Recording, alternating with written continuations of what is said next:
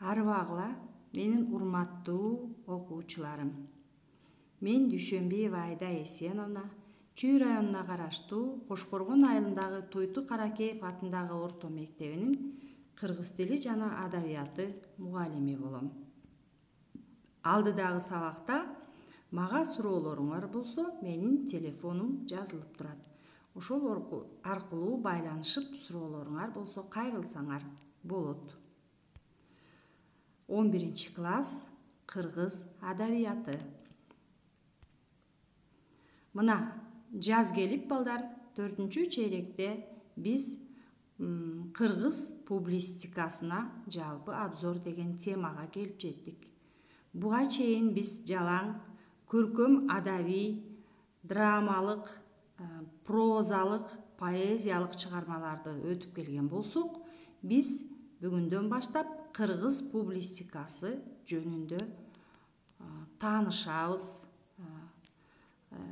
жалпы обзор алабыз. Мен алдын ала силерге жакшы, жаркын маанай тартуулагым келип турат. Аны үчүн мен силерге бизде эмгек сиңирген кыргыз эл мугалими болгон Бектур Исаковдун асыл сөздөрүн арнагым келет балдар. Ар бир окуучу мен үчүн кымбат. Жаңы гана жааган аппак кардай балалыктын таза дүйнөсү, асыл дөөлөт эмне? Силер киши робот эмессиңер, эркин дүйнөсүңөр. Ар бириңердин мүмкүнчүлүгүңөр чексиз. Ар бириңде таң калаарлык шык, жөндөм, талант бугуп жатат. Силер миң тилдүү, миң үндүү коңгуроосуңар. Балдар, силердин ар бир айткан оюңар баалуу. Ошондуктан өз оюңарды ачык айкын айтып, талдай билип, сүйлөй билип, сөз баккан адамдардан болгула. Эми алдыдагы сабагыбыздын максаты менен таанышып алалы. Биринчи, билим берүүчүлүк максат кыргыз публистикасы тууралуу жалпы маалымат алып таанышасыңар. Экинчи, өнүктүрүүчүлүк максат кыргыз публистикасы башка жанрларда эле өсүп өнүгүп эле эмес, активдүү жанрга айланып баратканын, ар түрдүү интерактивдик ыкмаларда иштеп чыгып, талдап далилдейсиңер. Тарбия берүүчүлүк максат жемиштүү өнүгүп, мезгилдин курч жана актуалдуу көйгөйлөрүн көтөргөн чыгармалар менен байма-бай таанышасыңар, окуп турууга багыт аласыңар. Ал эми силер ээ боло турган компетенттүүлүктөр. Адабий теориялык компетенттүүлүктөр. Жанр тууралуу маалыматты талдайсыңар. Публистиканын башка жанрлар өзгөчөлүгүн аныктайсыңар. Маданий компетенттүүлүктөр. Публистиканын тематикалык табиятын талдайсыңар. Публистиканын түрлөрүн үйрөнөсүңөр. Публистиканын көтөргөн жүгүн анализдейсиңер. Когнитивдик компетенттүүлүктөр. Берилген маалымат аркылуу публистиканы тааный аласыңар. Публистиканын стили аркылуу коомдук көйгөйлөрдү талдай аласыңар. Эми балдар, алдын ала биз публистика жөнүндө маалымат алалы. Бул латын тилинен алынган коомдук деген маанини билдирген сөз публистика. Адабияттагы күндөлүк, коомдук саясий, актуалдуу маселелерге карата курч, көркөм сөздүн күчү менен жазылган өзгөчө адабий жанр. Башкача айтканда, автордун эң актуалдуу саясий коомдук маселелер жана күндөлүк саясий окуялар боюнча пикир айтышы менен мүнөздөлөт. Публицистикага саясий активдүүлүк, курч жана жеткиликтүү баяндоо, фактыларга негизделген далилдөөлөр мүнөздүү. Анын памфлет, публистикалык макала, публистикалык очерк, публистикалык фельетон сыяктуу түрлөрү бар. Публистика жазуучуну коомдук турмушка активдүү аралаштырат, башка көлөмдүү чыгармаларынын жаралышына өбөлгө түзөт.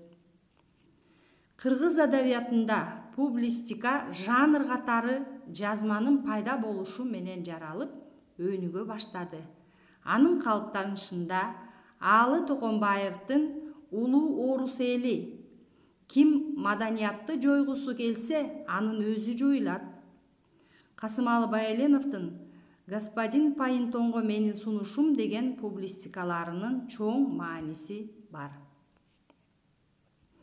Публистикалуулук бул публистика сыяктуу эле атайын жанр эмес. Жөн гана көркөм чыгарманын ичинде учурдун көйгөйлүү маселелеринин, коомдук турмуштун мезгилде өктөм болчу проблемаларынын чагылдырылышы.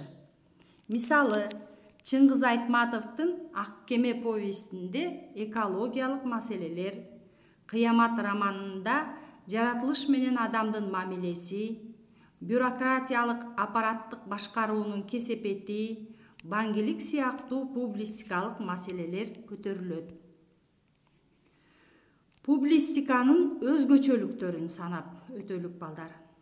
Биринчи, оперативдүүлүгү. Экинчи, коомдук турмуштун учурдагы проблемаларын көтөрө билиши. Үчүнчү, документалдуулугу, фактылардын далилдүүлүгү жана ошол факт материалдардан жыйынтык жасоого умтулушу. Төртүнчү, учурдагы окурмандардын арасында ой пикир жаратып, алардын жан дүйнөсүн козгой билиши.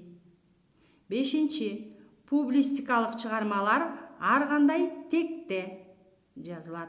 Алар эпос, лирика, драма. Ар кандай түрдө жазылат. Поэзия, проза, драма. Ар кандай жанрларда дагы жолугат.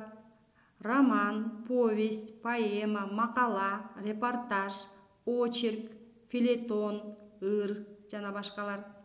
Ар кандай тематикаларда. Саясат, экология, таалим, тарбия, философия, дин, маданият. Мына ушуларда жазыла берет. Жана акыркысы бул публистикалык чыгармалардын стилдик жактан бөтөнчөлүү болушу. Полемика, сынчыл, аналитикалык жана башкалар. Алсак, полемика деген бул талаш тартыш жүргүзүү, айтышуу деген билгизет. Эми алкактарга көңүл бургула. Бул жерде публистиканын түрлөрү.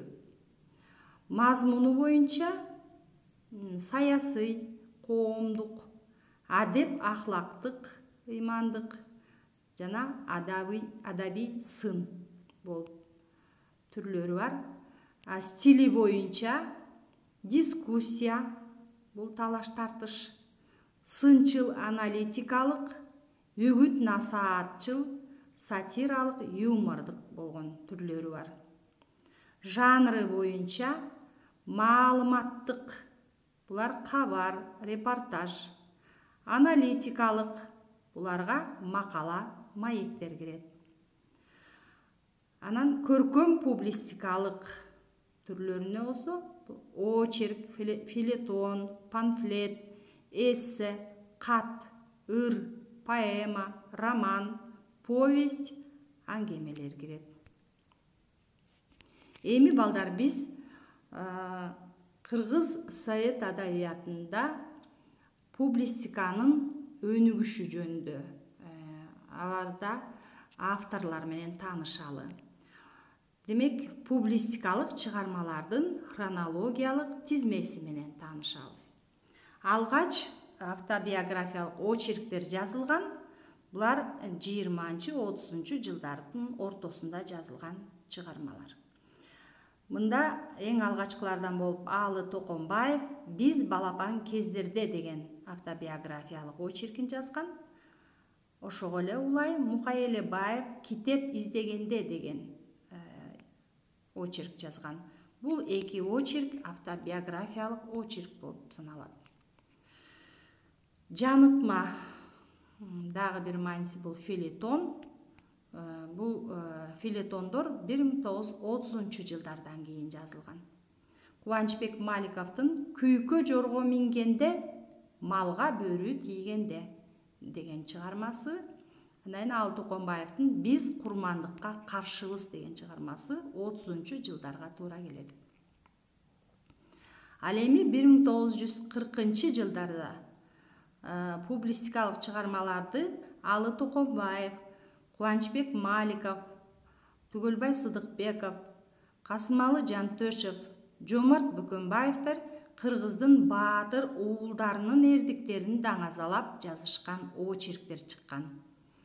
Кыргыздын баатыр уулдары, мисалы Чолпонбай Төлөбердиев, Дүйшөнкул Шопоков, Ашыралы Коёнкөзовдордун эрдиктерин даңазалап жазган очерктер бар. Булар 40-жылдарга туура келет.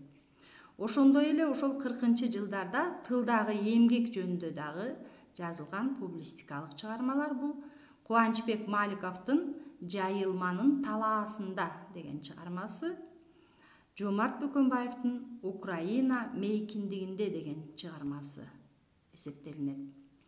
Согуштан кийинки мезгилдеги публистикалык чыгармаларга Саткын Сасыкбаевдин Батый деген очерки кирет. Бул очерк Фрунзе балыкчы темир жолу жөнүндө жазылган. Анан Касымалы Байалиновдун Господин Пайынтонго менин сунушум деген публистикалык чыгармасы кирет.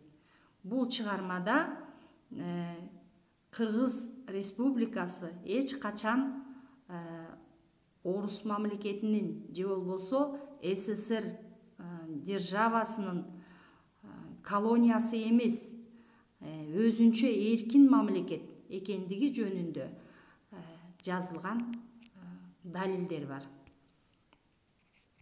Ал эми 1960-жылдарга келе турган болсок, бул 60-жылдарда биздин залкар жазуучубуз Чыңгыз Айтматов алгылыктуу бир топ публистикалык чыгармаларды жараткан.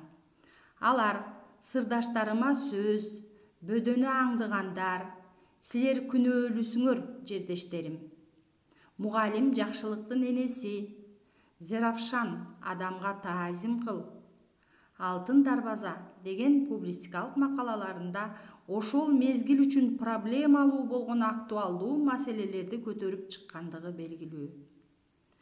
Публистика ар кандай коомдук түзүлүштөрдүн алмашаар мезгилинде эски менен жаңынын күрөшү күчөгөн учурда өзгөчө өнүгөт. Бизде 1985-жылдан кийинки коомдогу өзгөрүүлөр эгемендүүлүк алгандан кийинки ачык айтуулар жанрдын алдыңкы орунга чыгышын шарттады. Публистика көбүнчө басма сөздө, радиодо, телекөрсөтүүдө элге тарайт. Демек балдар, өткөөл мезгил убагында Кыргыз совет публистика жанры адабиятта активдүү жанрлардын бири болуп калган экен. 70-жылдардан бери карай 80-жылдардын тегерегинде Бектурсун Алымовдун шакиртиме кат, Советбек Байгазиевдин Иниме кат деген чыгармалары кирет. Дагы тарыхый темада жазылган публистикалык чыгарма бул Шабданбай Абдырамановдун Полотхан деген очерки эсептелет. Эми балдар, биздин заманыбыздын залкары улуу ойчул жазуучубуз Чыңгыз Айтматовдун Мугалим жакшылыктын энеси деген публистикалык чыгармасы бар. Мына ошол чыгарманы мен силерге окуп бергим келип турат. Мугалим жакшылыктын энеси. Бул чыгармасы 1963-жылы жазылган. Эл мугалимдери жөнүндө баян деген китепке жарыяланган алгач. Ар кимибиз мектепте окуп өстүк. Жылдар өттү, улгайдык. Өзүбүзгө тиешелүү ишти иштеп эмгектенип жатабыз. Окуткан мугалимдерди айрымдар эстеп оюна ала жүрөт. Айрымдар унутуп да калышат. Бирок кеп андай эмес. Биз эстейбизби, эстебейбизби, ал ар кимдин керт башынын иши. Ал эми иштин жалпы жагын алганда мугалим унутулгус адам. Анын эмгеги өлбөс эмгек. Мен буга катуу ишенем. Анткени адам баласынын кандай гана ишин албайлы, ошонун өзүндө мугалимдин эмгеги бар. Сүйлөшө келгенде канча бир кишинин оозунан мугалимдерге айтылган алкыштарды угууга болот. Менин да өз мугалимдериме айта турган ыраазылыгым бар.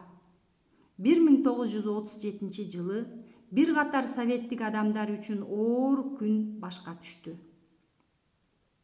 Ленин түзүп кеткен революциялык закондуулукту бузуп, Сталиндин жеке бийлигинен пайдалангандар айыпсыз коммунисттерди камакка алып айдатышкан. Ошолордун ичинде менин да атам кеткен. Бул кырсыктуу окуядан кийин биздин үй бүлө кайра айылыбызга Шекерге көчүп барган болчу. Айылда кимдир бирөө контурдун балдарын окутпайбыз деп коюптур. Ошону менен мен жана менден кичүү иним экөөбүз мектептен окубай калдык. Мунун өзү бала болсок да бизге катуу тийди. Тең туштарыбызга кошула албай үйдө отуруп калдык. Күндөрдүн биринде талаада отун алып жүрсөк, салт атчан келе жаткан бир киши жолдон кайрыла калып, "Кимдин балдарысыңар?" деди. Айтууга оозубуз барбай, жер тиктеп туруп калдык. Бир жагы корктук. Ошентсек тиги киши түшүндү окшойт. "Ал дагы эмне китеп?" деп сурады. "Бери алып келчи." Курумдун астына кыстарып алып жүргөн окуу китебин колуна бердим. Тиги киши китепти барактап көрүп, "Үйдө китеп, калем, дептериң барбы?" деди. "Ооба, бар" дедик. "Эмесе окууну унутпай өзүңөрчө окуй бергиле. Мектепке да барып калаарсыңар" деди да атты шарт коюп бастырып кетти.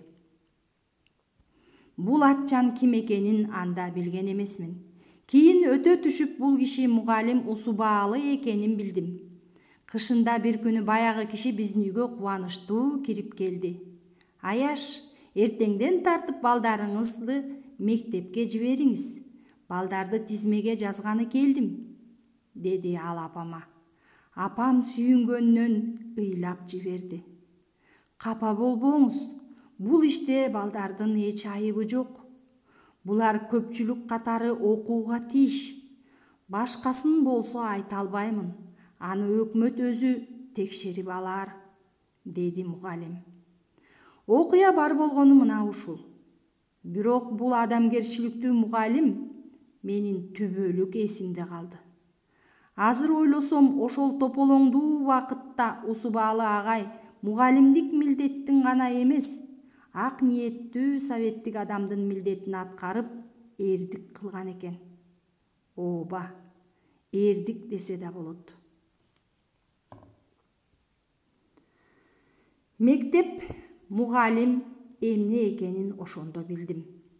Берген билимин мындай коелу: ар бир адам үчүн бул бир зор күч, аң сезимин, граждандык духун тарбиялаган коомдук үй бүлө. Ушунда окуп жүрүп пионерге өттүм. Кийин комсомолда болдум. Мени окуткан мугалим апай Инкамал Жолоеванын жана башка мугалимдердин жардамы өзгөчө. Алардын сезгиштик, этияттык менен кылган мамилеси мага чоң өмөк болду. Атаң андай эле, мындай эле деген сөздөрдү балдар да айтчу эмес. Антип айтышса, албетте мага оор болоор эле. Коллективден четтеп да калаар элем. Бактыма жараша мугалимдерим эстүү кишилер болду. Мына ушундан улам мен кээде өзүнчө ой жүгүртөм. Мугалим албетте билимдүү болушу керек. Окуучуларга билим бериши керек.